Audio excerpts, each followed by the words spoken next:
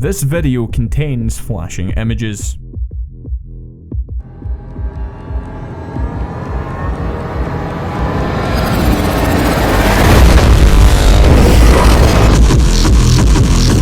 Yes, it's that time of the week again, ladies and gentlemen. My name is Big Mini. This is episode number 11 of the Battlefield 4 Top Place. Also, don't forget you can check out last week's winner in the description down below. And I've got to say, this is a pretty damn solid episode this week. So get yourself a beverage, sit back, relax, and enjoy the best the Battlefield community has to offer.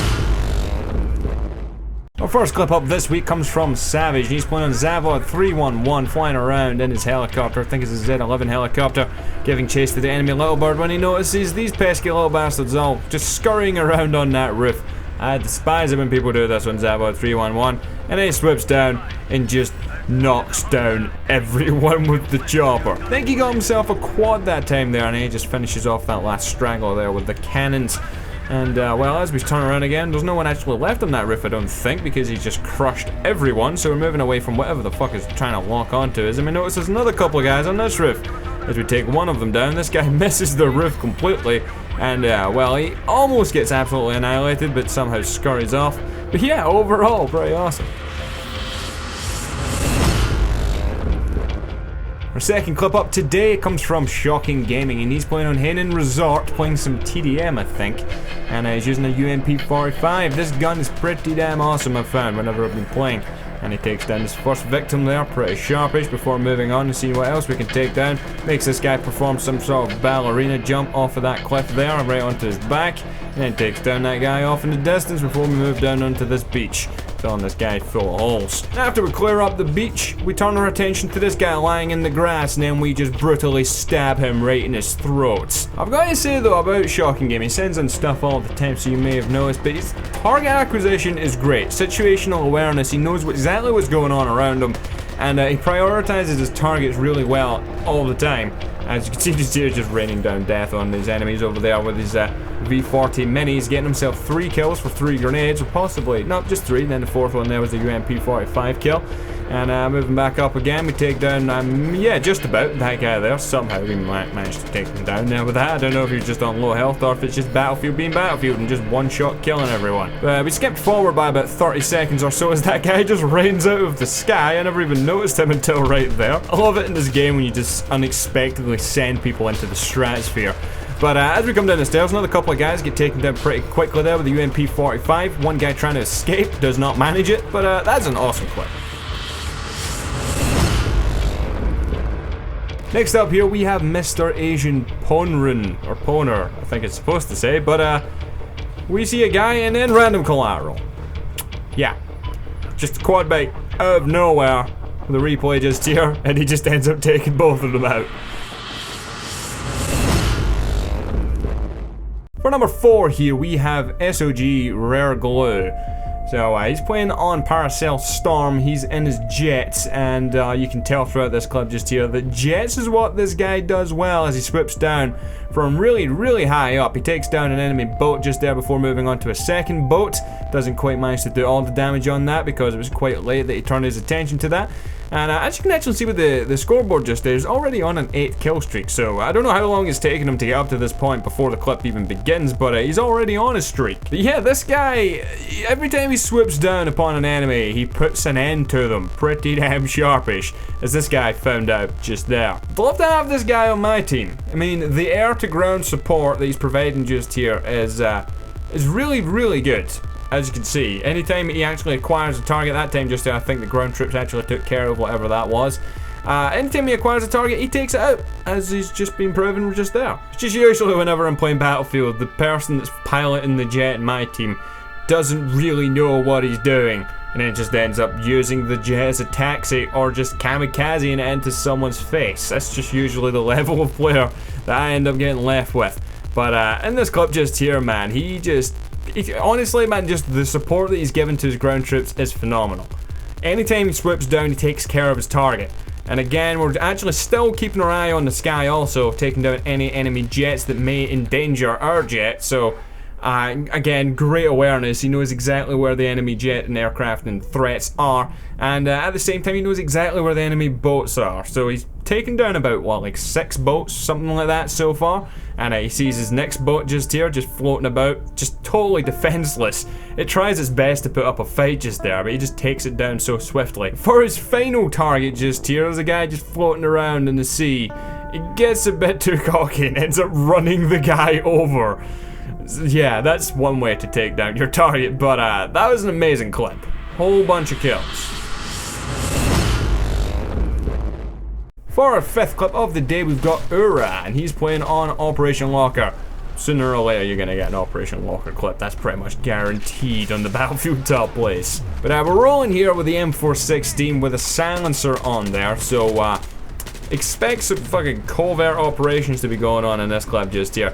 But for the moment, we're posted up against this wall over here. We've got one of those sort of stalemates at the moment. The enemy team only have one flag, that being the closest to their base. So his team is just encircling them, pushing up. As you can see just here, he took down the immediate threats, and he just made a charge through. Takes down these 2 guys right in amidst all the smoke. So this must be one of those servers where explosives are banned, and in which case it just ends up an absolute clusterfuck with smoke everywhere, but whatever. So upon making it outside, breaking through the enemy defenses, we keep checking our back, but there's no one there. As you can see, there's a big cluster on the map, and as he runs inside just here, one guy just sort of lying down, trying to hold down a position, ends up getting his head blown off, as does the second guy, and possibly the third guy, maybe, I don't know. He reloads really early just there. But watch, just pay attention to this just here. So he kills those 2 with a pistol, but amidst all that, he shot the barrels behind them, and then when the barrel exploded, it actually killed a guy who was just, unfortunately for him, standing next to it. So it was good when you get an unexpected kill, but as we just jump down just here, there's a whole bunch of enemies around the area. There's just so much to choose from to shoot at. And we take one guy down, we start shooting at the second guy, we do take him down also with a pistol, and before we actually have any time to take down any more people except that one guy, we take a bullet to the face. But we took down one last guy just there, but that was a nice streak. For our 6th clip of the day, we've got Redeploy 6. That was unintentional, but we're playing here on Rogue Transmission. And he has the SRR-61, gets a headshot on that guy right off the bat just there. Second shot, he missed. Third one, he puts a bullet in that guy's head, so that's 2 headshots. Then we got a 3rd headshot. Then we got a 4th headshot. And can we get any more? Okay, misses that one there, but then he gets his 5th headshot. And then he gets his 6th headshot. Getting 6 headshots with 1 magazine is pretty damn good. One last one with a pistol there. For number 7, we have Wu-Tang Bala, or whatever. And then he just no-scopes, explodes a helicopter. Yeah. For our 8th clip of the day, we've got Thrillobites. This clip is insane, as you see in a second just here. On top of the roof here on Zabot 311, his friendly helicopter just gets taken down, and then he whips out this, pops a pilot of the enemy Z11, taking that out, and then another helicopter comes at him, chucks C4 on there, and takes down that helicopter also. How often does something like this ever happen? The pilot did get away in the end just there, but we're gonna lay down some fire here with our LMG, eventually taking him down, but that was insane, taking down 2 choppers in such epic fashion. For our 9th clip of the day here, we've got Fetty Tux. Okay, so we're playing here on Haenan Resort. He has his sniper rifle, I think it's the SRR-61 again, and we're going to be doing some long-range sniping. As you can see just there's 2 enemy snipers away off into the distance, and with his second attempt there, he gets over 700 marksman headshot, and then with his second follow-up shot just here, he does miss. Following up with that shot, we had another headshot just there, so that's quite a few points for 2 kills just there. But we're not done, obviously. But I've got a question to ask for any of you guys who do snipe at long range. Do you use the zeroing? Because I've noticed that in a lot of clips that I'm being sent of people sniping at long range, as he gets another one just there, but not a headshot this time, that people don't really use the zeroing all too much. They just wing it with a 0 on the 0. If that makes sense. Moving on to our next target just here, guy on top of the roof. We've only got 230 marksman headshot just there, which is not too bad, you know, it's quite a fair distance off. And then looking around for some more targets, he actually takes a bullet just there, and really quickly somehow acquires his target. Just so sharpish. I never even seen the guy, but over 170 on that one just there. I think that is actually the closest that anyone gets in this clip. Over 400 in that one just there, but we're speeding forward in the interest of time. This whole clip takes place over about 4 minutes or so. So speeding about here, trying to actually show you guys all the kills in the clip. There's another long range shot just there, and then takes a second guy out in a row, over 500 that time just there. So it's safe to say this guy knows what he's doing when he's sniping at long range. Every now and again he will miss ever so narrowly because, you know, he's human and that happens. But his accuracy, I would say, is great throughout this clip just here. On average, it does take 2 shots to kill each target. Occasionally gets them first time, but that one just there, over 700 meters after he shot his sighter shot to actually see whereabouts the bullet actually lands. That one there, first time, he readjusts, shoots the second time, over 700 meters again in that one. And this random thing just happens out of nowhere in the end. But that was some nice long-range sniping. Now, for this final clip, I can almost guarantee you've never seen anything like this in your life from Osgoliath. He shoots the pipe up above the enemy team and kills 10 of them with the steam that comes out of the pipe. He kills 10 of them. That is ridiculous. A very, very smart play on his part. I doubt the enemy team were expecting anything like that at all.